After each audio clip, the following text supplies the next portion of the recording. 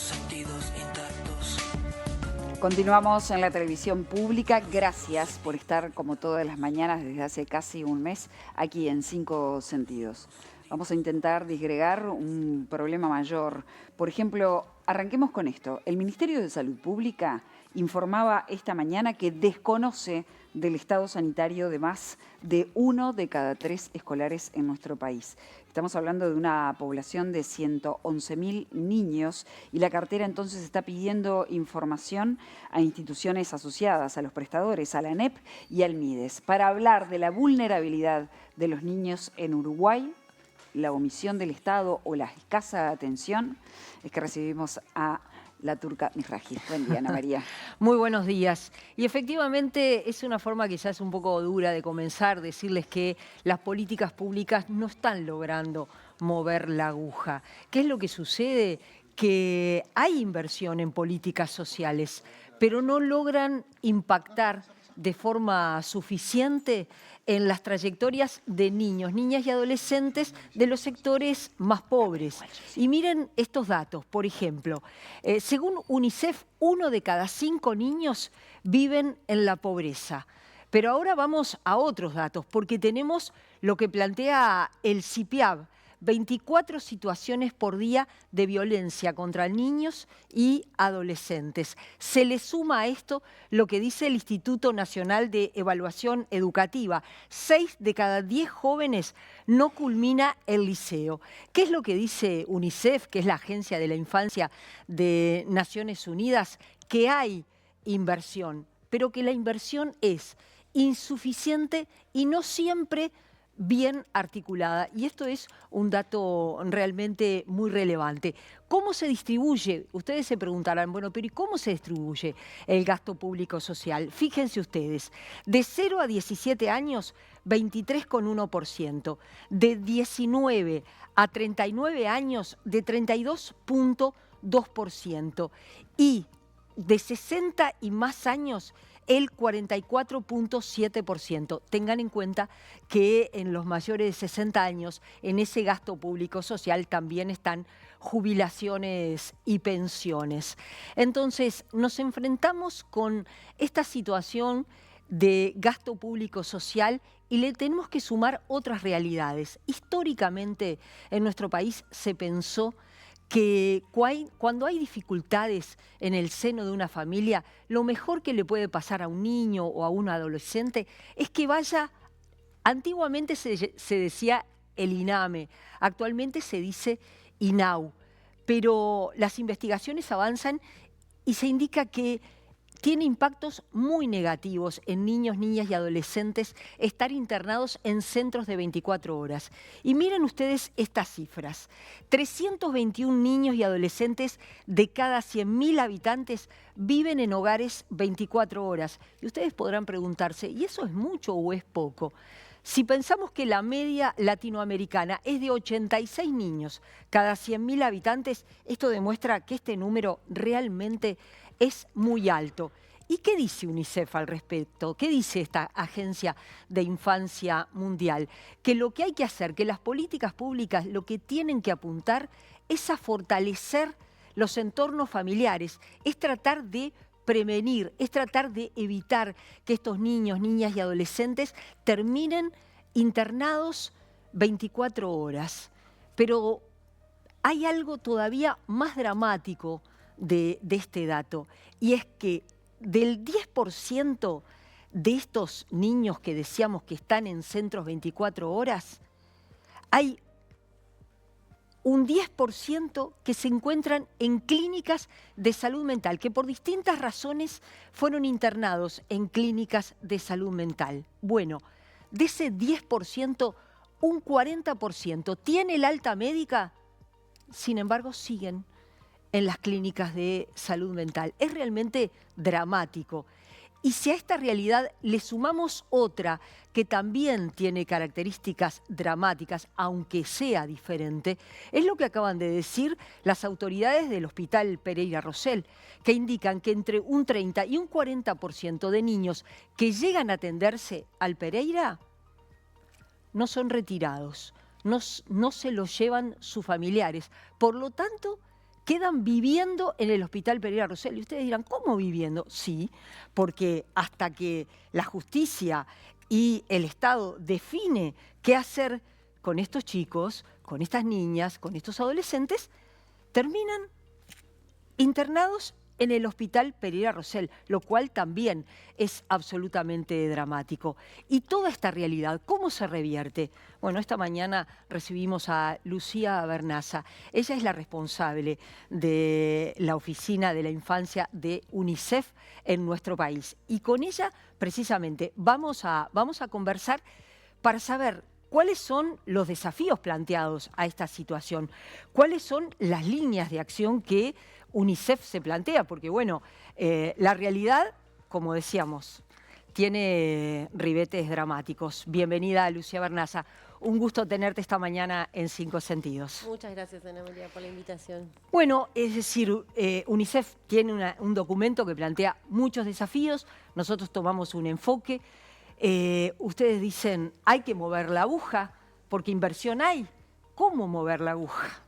Bueno, no, en tu introducción la verdad que abordaste todos los puntos que toca este documento que UNICEF presentó en el marco de la campaña electoral, que lo que tiene es un análisis de la situación del país en comparación con la situación de la infancia en otros países, que eso es básicamente lo que nosotros nos dedicamos a mirar las fortalezas y las debilidades de los países y a colaborar con los estados para mejorar la situación de niños, niñas y adolescentes.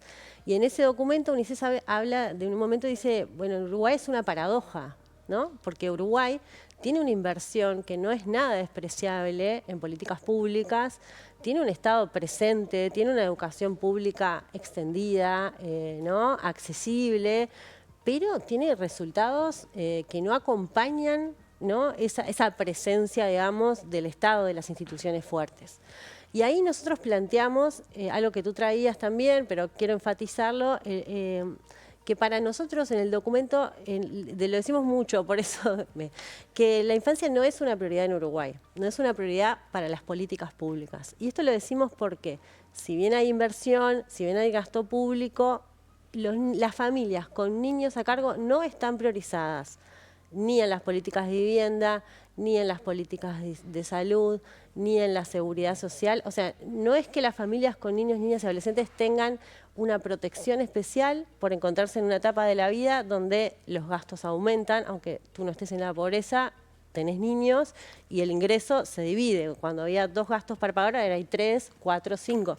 Entonces, es una etapa de la vida que hay que priorizar para que los niños puedan desarrollar todo su potencial. No tienen que vivir en la pobreza, y Uruguay tiene niveles de pobreza infantil bastante altos para el grado de desarrollo que tiene. Países con grado de desarrollo similar tienen una pobreza infantil menor, y además tiene un problema estructural. Este no es un problema de ahora, o sea, la pobreza infantil, se viene hablando de la pobreza infantil hace muchos años y no se logra transformar esa situación, ¿no? Precisamente en el documento de UNICEF se plantea, hay inversión, quizás no sea la suficiente, pero inversión hay, lo que tú recién decías, pero a la vez hay un problema en la articulación de estos recursos, de estas políticas sociales. Entonces, hay una ley que se aprobó en el anterior periodo, que salió por unanimidad, pero que todavía no fue reglamentada. Entonces, a mí me parece que esa es una de las alternativas, que sea fundamental reglamentar la coordinación de todas estas políticas sociales y de todos estos recursos. Sí, totalmente. Hay una fragmentación muy fuerte, hay una visión un poco anticuada de cómo se abordan los problemas de las familias con niños, ¿no? De que si es un niño es el INAU, cuando en realidad los problemas de los niños son los problemas de su familia. Entonces tenemos que tener una visión más moderna de cómo se articula con el Ministerio de Trabajo, de cómo se articula con el Ministerio de Vivienda. Y la ley que tú traes, la Ley de Garantías para la Infancia, la Primera Infancia y la Infancia, que fue aprobada el año pasado, la reglamentación de esa ley es una oportunidad para tejer, ¿no? Hilar todas las políticas que tienen que ver con la infancia en los distintos ministerios, organismos del Estado, etcétera. La ley está ahí para reglamentarse. Nosotros obviamente tenemos bastante expectativa sobre ese proceso, y por supuesto que estamos dispuestos a colaborar para que esa ley se reglamente, tomando en cuenta sobre todo lo que sucede en los territorios, que es lo que nosotros conocemos, ¿no? Sobre todo desde el punto de vista, por ejemplo, cuando hay situaciones que ya son extremas de separación familiar, Y lo que vemos es esa falta de articulación en el territorio. Las personas que trabajan con las familias en situación de pobreza no tienen a su mano todas las herramientas que uno necesita para transformar la trayectoria de una persona. Para explicarlo así como simple, de repente tú sos un operador de Uruguay Crece Contigo que está ocupándose de un niño pequeño en una familia en pobreza extrema. Tú te vas a ocupar del niño y vas a tratar de hacer lo que puedas para mejorar la crianza, pero no tenés las herramientas para transformar las condiciones de vivienda, para que la mamá o el papá accedan a un trabajo digno, para que accedan a tratamientos de salud mental. O sea, hay una fragmentación. El Estado llega muchas veces, pero ninguna de esas veces que llega cuenta con todo el abanico de posibilidades que da el Estado para acompañar a las familias. Y a la vez, en la información que aporta UNICEF, señala esto que yo traía, y que quizás culturalmente no se ve tanto, y que históricamente se pensó diferente. No está bueno que un niño esté institucionalizado, no está bueno que los niños o las niñas o un adolescente viva en un centro 24 horas. Quizás en otro tiempo se pensaba que esto estaba buenísimo, que lo internen en el INAME, pero en realidad la investigación demuestra que lo mejor que puede pasar es que se fortalezca a esa madre, a esa familia, para que esos niños puedan crecer dentro de ese hogar. Totalmente. Uruguay tiene un problemón con la internación. Es un problema que no logra resolver y que de hecho, si uno mira los datos a lo largo del tiempo, es cada vez peor. O sea, no es algo que vaya mejorando. Y hay mucho de que culturalmente todavía no somos conscientes como sociedad del daño que provoca la separación familiar en niños, niñas y adolescentes. Acá me gustaría aclarar, por ejemplo, otro de los mitos, que muchas personas piensan que esos niños que están ahí o porque son huérfanos o porque fueron víctimas de violencia extrema. Bueno, eso no es así. No es que haya un montón de datos, pero nosotros tenemos un censo que no es de hace tanto tiempo, tiene 3, 4 años, que mostraba que la mitad de esos niños están ahí por alguna situación de violencia. Pero dentro de las situaciones de violencia se incluye la negligencia, que es un concepto bastante border, por decirlo de alguna manera, porque estrictamente la negligencia es elegir no cuidar pudiendo cuidar. Pero nosotros tenemos la hipótesis de que hay muchas familias que pierden el cuidado. No es que elijan no cuidar, es que no pueden cuidar, porque la pobreza extrema es una limitante para cuidar, ¿no? No es que haya perversidad, sino que lo que no hay son herramientas, soportes. Bueno, la otra mitad de las situaciones que están en INAU no están relacionadas con la violencia. Hay pobreza, hay discapacidad, hay salud mental del cuidador, problemas de salud. Esas no son motivos para internar. Claramente no son motivos para internar. Y prevenir la separación familiar es mucho más eficiente en términos de costos económicos y humanos, porque para los niños y las niñas, y es algo que como sociedad tenemos que entender, ¿no? Me pareció muy impactante leer que de esos chicos que están en centros 24 horas, en hogares de INAU, antiguamente se les llamaban orfanatos, estén en clínicas, que hayan ido a dar a una clínica de salud mental, también antiguamente se llamaban clínicas psiquiátricas, clínica de salud mental, que tengan el alta y que no puedan egresar porque no tienen a dónde ir. Sí, ahí es un problema, es un problema como a veces intrasistema, por decírtelo de alguna manera. Son niños, la gran mayoría, esos niños que están en esas clínicas de salud mental, son niños que transitan por el sistema 24 horas durante mucho tiempo. Son niños que no tuvieron de repente una reparación por situaciones de violencia o un trauma severo que los llevó a entrar a un hogar 24 horas del INAU y transitan intrasistema hasta que llegan a una clínica de salud mental.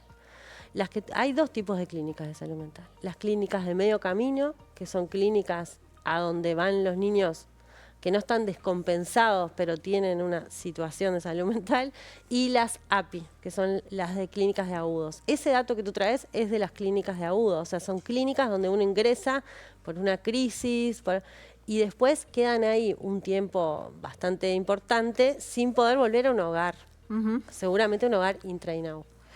A Lucía Bernaza, responsable de la Oficina de Infancia de UNICEF aquí en nuestro país. Ha sido un gusto recibirte esta mañana en 5 Sentidos. Muchísimas gracias por la invitación.